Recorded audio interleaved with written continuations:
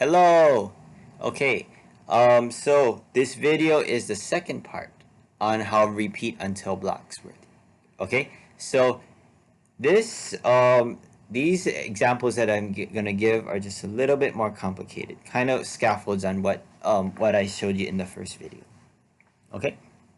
So what we have here is basically when the left arrow is pressed, all these things are gonna execute. So let's see what happens if we press the left arrow. Okay, so what we have, it says the, okay, wait, actually, I'm gonna start again. So basically the sprite is gonna say 1, 2, 3, 4, 5, 7, 9, 11. Hooray! So now let's try to trace this and say what and think why he's saying all those things. Okay. So what I did is I already copy pasted this beforehand. So this code is right here, so we can just trace it right after that. Okay. This means when the left arrow key is pressed, we're going to set x equal to 0. So this means x is going to equal to 0. We're going to repeat all of these statements in here.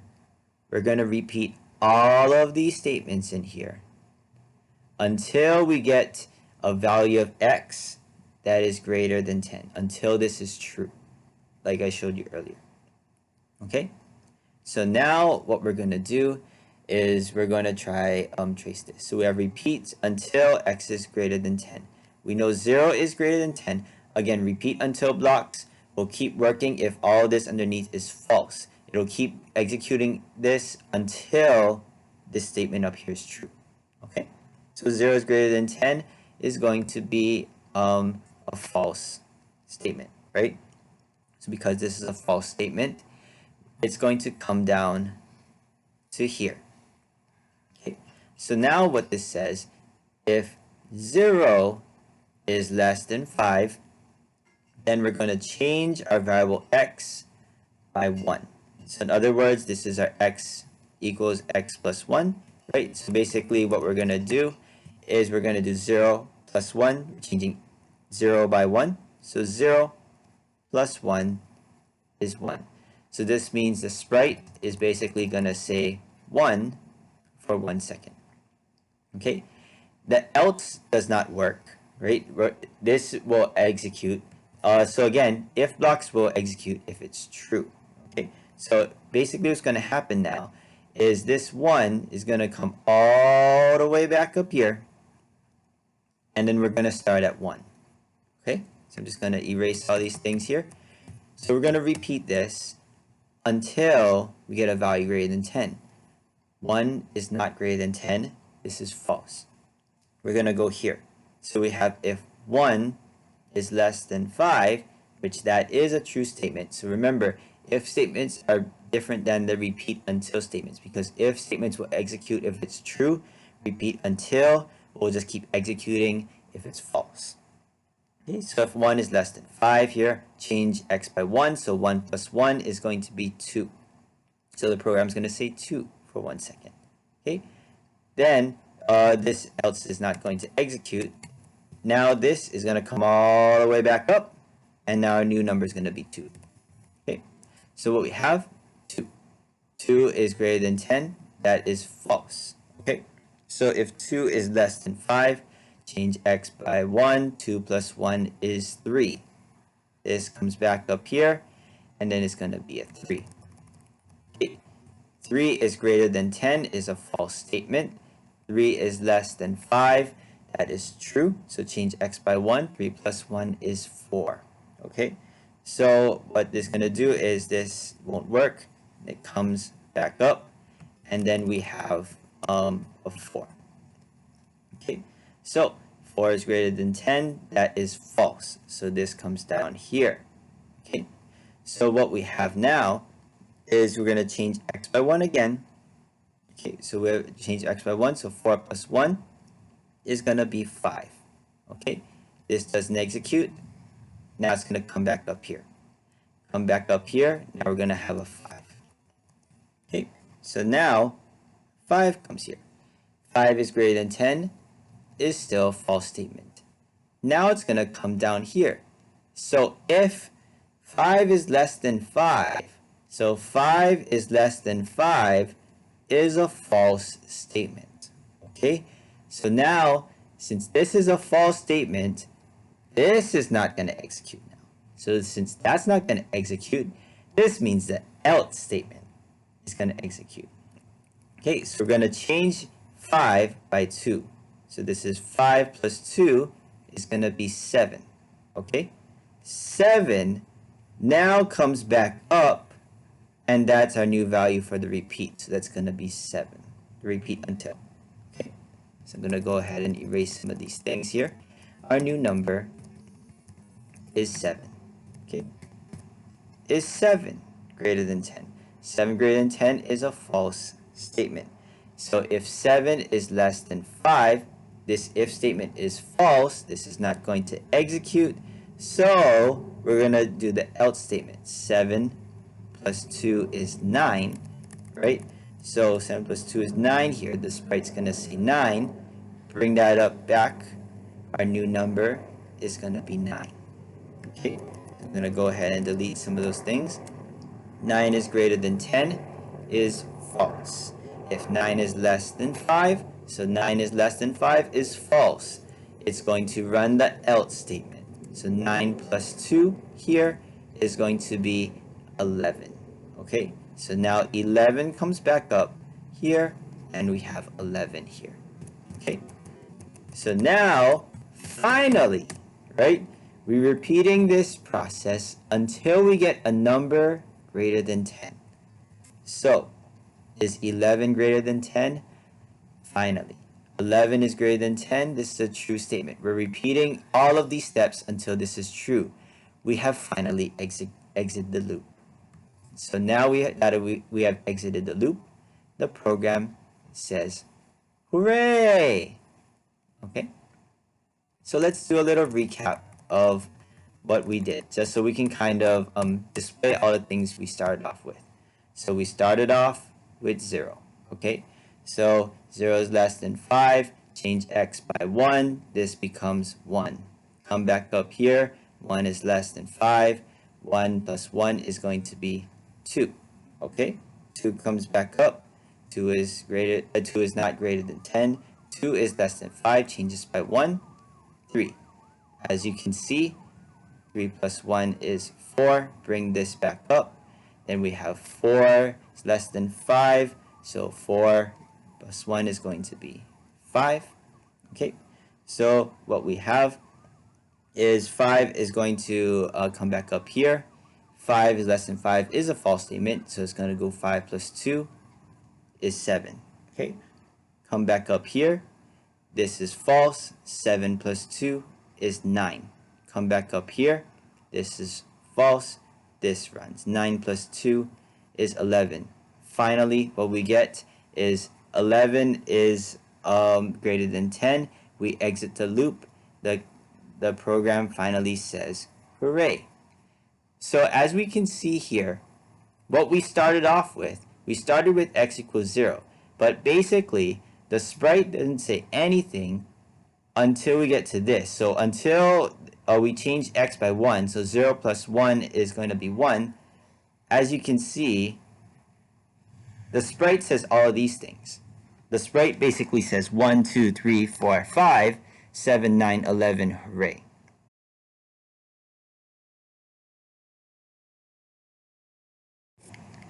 Alright, so let's go ahead and show that. Okay, so when the left arrow key is pressed, we have 1, 2, 3, 4, 5, 7, 9, 11, hooray! Okay, so that's basically how that works. Okay, so next what I'm going to show you is let's analyze two special cases for the repeat until blocks.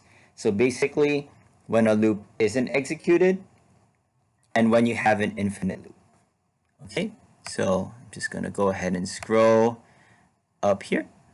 So it's going to look at this here. Okay, so what we have is basically when the up arrow key is pressed, as you see here, if I try to press the up arrow key, so I'm pressing the up arrow right now, nothing's happening. So you might be thinking, well, why isn't this code running? Okay, so let's go ahead and just analyze this, as you can see here. So I put two separate programs here, so you can kind of see it. So initially, we're setting x equal to 6. We're setting x equal to 6 initially. So basically what we're doing is this says we're repeating everything in here until we get a number greater than 5. In this particular case here, so as you see, if we plug 6 right into here, we're going to get 6 is greater than 5. 6 is greater than 5. So this is a true statement. So because this says that repeating this process until this is true, well, this is already true. So because this is already true, as you can see, this part is not going to execute at all. So because we already started off with something that's true, this is not going to work. So as I mentioned earlier, so basically if the conditional evaluates to true initially, the loop body is not executed at all due to the condition being checked before the loop. All right, so let's try another example. So as you see here, let's go down to here. So now I'm going to press the down arrow. So if I press the down arrow here, as you can see, the exact same thing happens. So you might be thinking, well, why isn't this code running, right? So if I were to just keep pressing it, as you can see, the code is not running, okay? So if I were to go ahead and trace this now, okay? So basically when the down arrow key is pressed, right? So we're setting x equal to 6, okay? So we're repeating this process until x is not equal to 5. So what this means, well, is if we put 6 into here, we're saying 6 is not equal to 5. Well, that's true, right? 6 isn't equal to 5, right? 6 is not the same as 5. So this is going to be a true statement. So just like exactly what we did here. So because this is a true statement, again, this is not going to execute. And that's exactly why when I showed you earlier, if I press the down arrow, nothing happens. Nothing happens, as you can see. Okay. All right. So next what I'm going to show you is the second special case. So the second special case is something that can happen so let's say you can get an infinite loop. Okay. So let's look at this.